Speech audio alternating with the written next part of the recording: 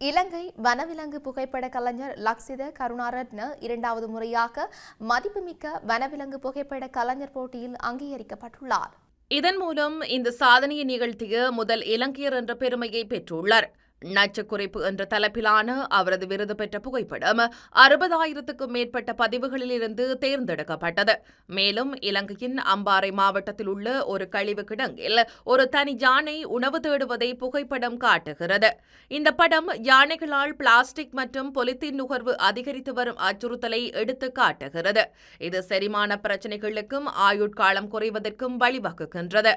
மனித யானை மோதலை 3 ஆண்டுகளாக ஆவணப்படுத்தி வரும் கருணாரத்ன இந்த விருது மனித கழிவுகள் வனவிலங்குகளில் ஏற்படுத்தும் தாக்கத்தை நிவர்த்தி செய்ய வேண்டிய அவசர தேவையை நினைவூட்டுவதாக கூறினார்.